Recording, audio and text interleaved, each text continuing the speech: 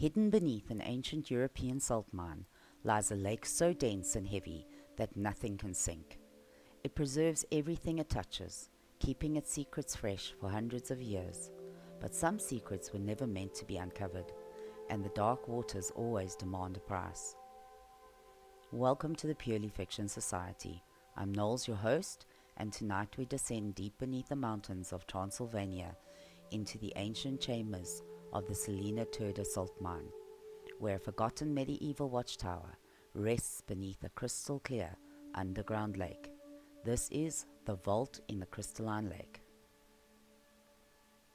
Deep beneath the surface of Transylvania, the modern world completely disappears, replaced by an ancient and heavy silence. Inside the vast caverns of the Salina Turda salt mine, the air is unlike anywhere else on earth. It is thick, dry, and perpetually cold, carrying a faint, clean, metallic taste that settles on the tongue with every breath you take. The massive walls stretch hundreds of feet up into the darkness, completely covered in beautiful sweeping stripes of black and white rock salt. These natural patterns look like the frozen waves of a subterranean ocean, carved out over millions of years of geological pressure.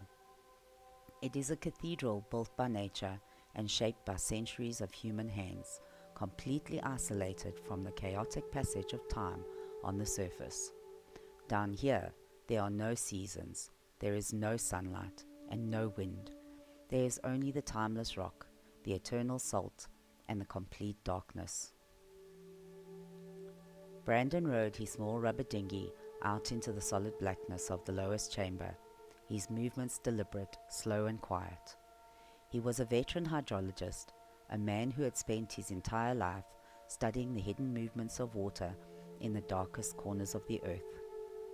He had been hired by a local geological survey team to map the rising water levels of the mine, isolated underground lake, a task that most people considered routine paperwork.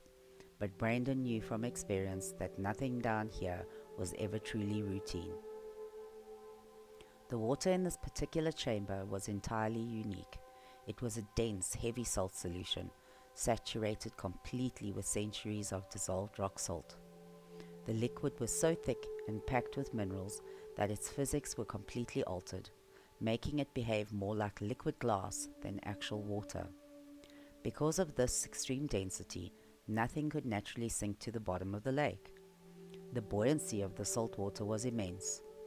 If a man were to accidentally fall overboard, he would not drown in the traditional way, because he would simply float on the surface like a piece of lightweight cork, unable to pull his lower body beneath the waves without a huge amount of physical effort. The only sound in the vast space was the rhythmic, gentle splash of Brandon's oars cutting through the heavy, thick water. The sound echoed off the distant walls and returned to him as a hollow, ghostly whisper a few seconds later. His high-powered spotlight cut a lonely beam through the gloom with a single line of bright white light fighting against an ocean of shadow. As he aimed the light upward, the beam reflected off the glittering salt crystals on the distant ceiling, making the jagged rock look like a galaxy of trapped stars. He stopped rowing, allowing the rubber dinghy to coast silently through the dark, and dropped a modern sonar sensor over the side. The sensor hit the salt water with a dull plop, barely making a ripple on the glass-like surface. Brandon watched the digital screen on his handheld monitor, waiting patiently for the incoming data to render. The sonar pings traveled down through the clear salty water, striking the lake bed and bouncing back to the receiver in his hand. Under normal circumstances, the reading should have shown a flat, predictable, muddy floor, which was typical for the stagnant bottom of an old mining basin.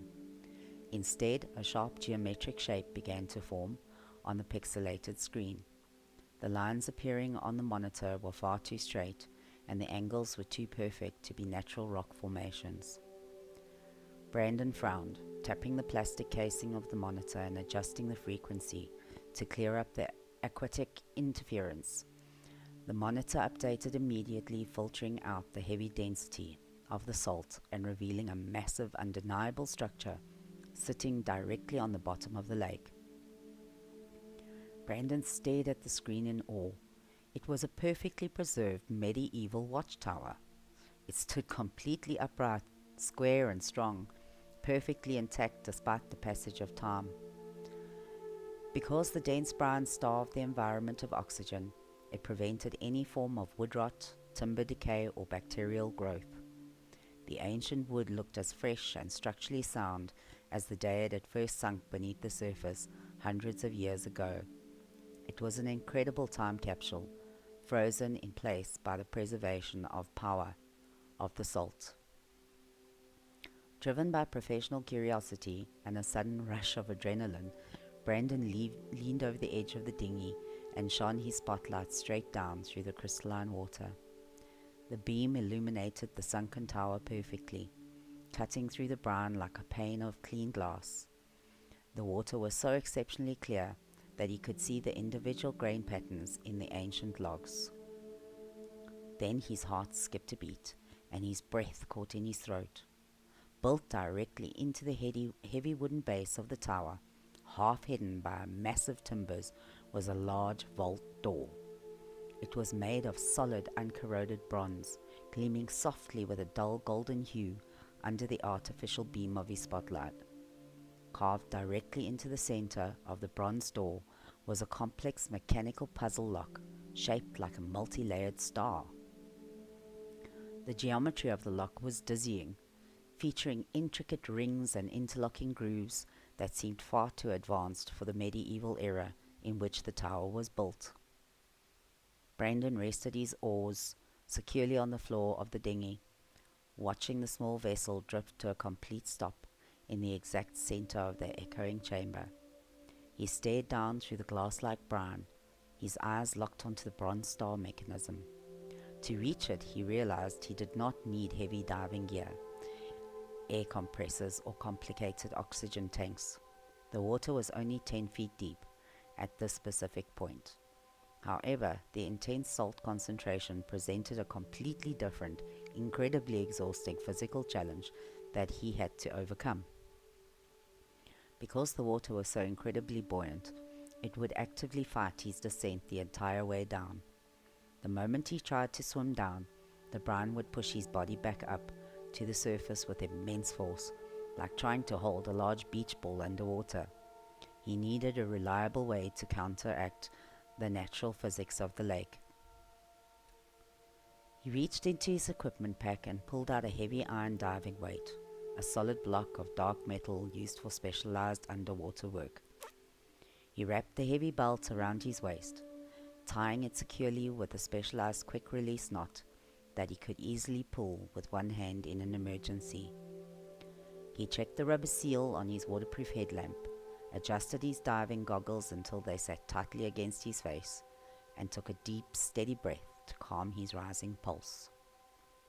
With a soft splash, Brandon slid over the edge of the dinghy and entered the water. The brine was shockingly cold, biting at his exposed face and stinging the edges of his skin.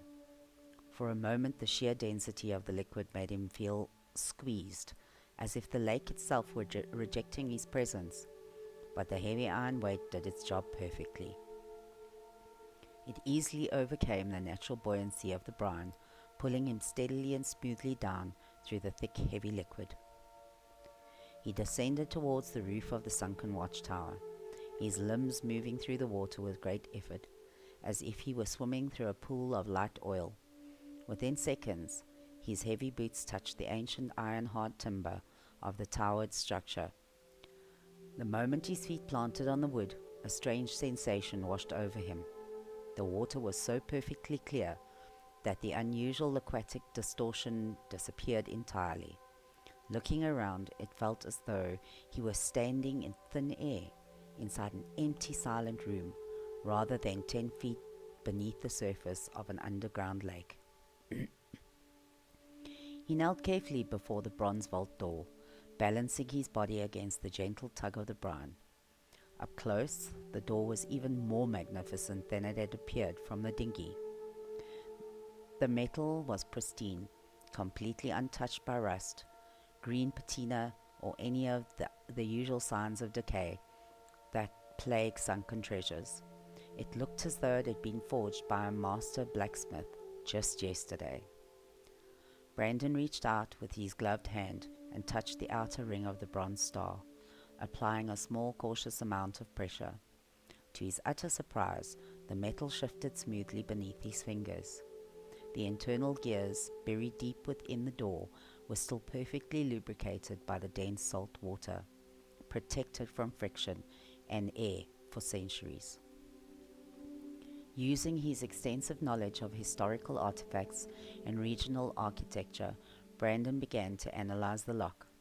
He realized the rings were concentric, meaning they needed to be rotated in a specific sequence to align the geometric patterns of the star. He turned the first outer ring clockwise. A low, heavy thud vibrated through the water, hitting his chest like a physical pulse. It wasn't a sound he could hear with his ears, but rather a mechanical frequency he could feel deep in his bones. Encouraged by the progress, he turned the second ring counterclockwise.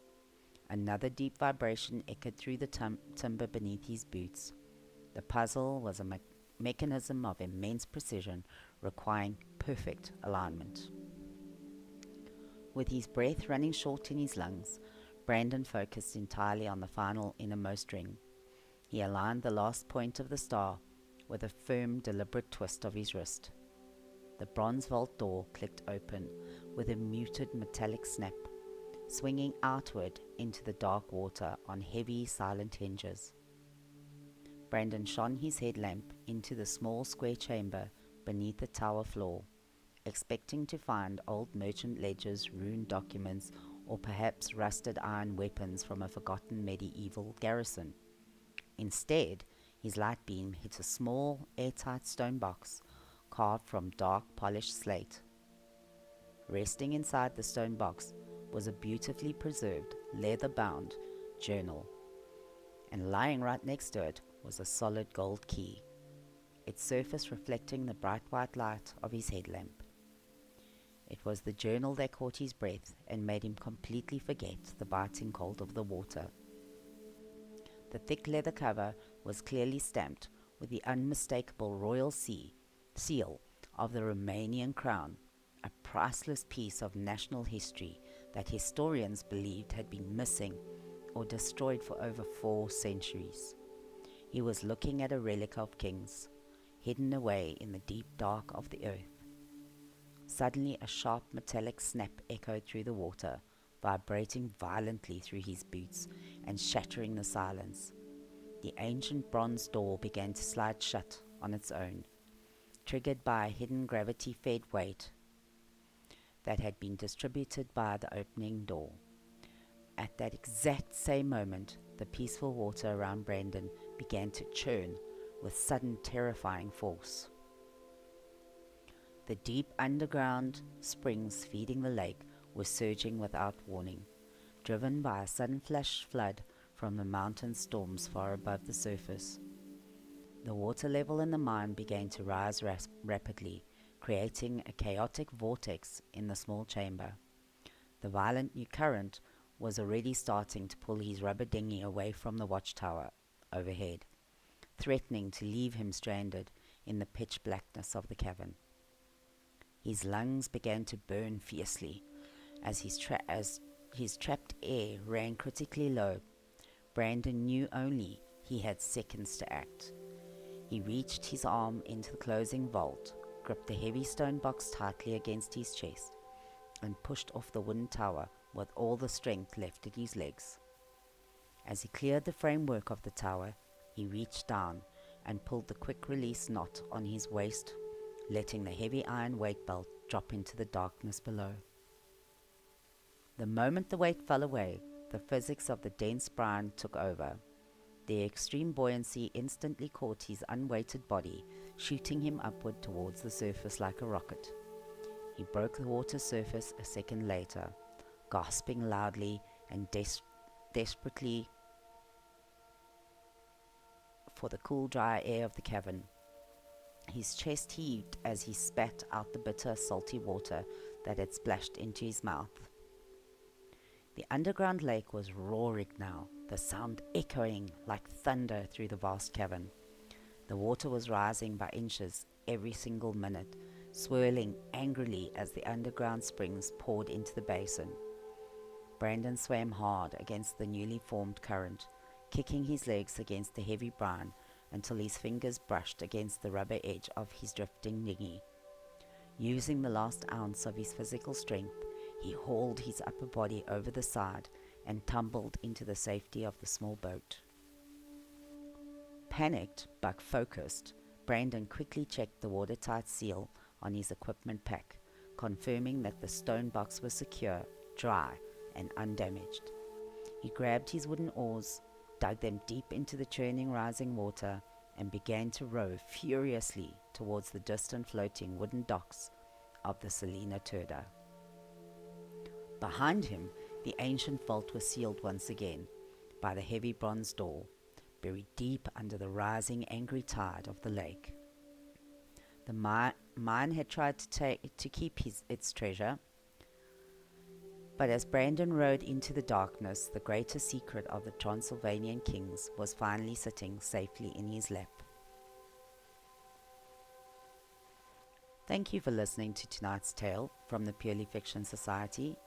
Brandon uncovered a forgotten royal relic beneath the waters of the Salina Turda salt mine. But some mysteries are perhaps better left buried beneath the mountain. Would you have opened the bronze vault, knowing you might never make it back to the surface? Let me know your thoughts in the comments below. And if you've enjoyed tonight's adventure, please leave a like, and if you haven't already, be sure to subscribe and turn on notifications so you never miss our next standalone story. Until next time, keep believing in the stories. Good night.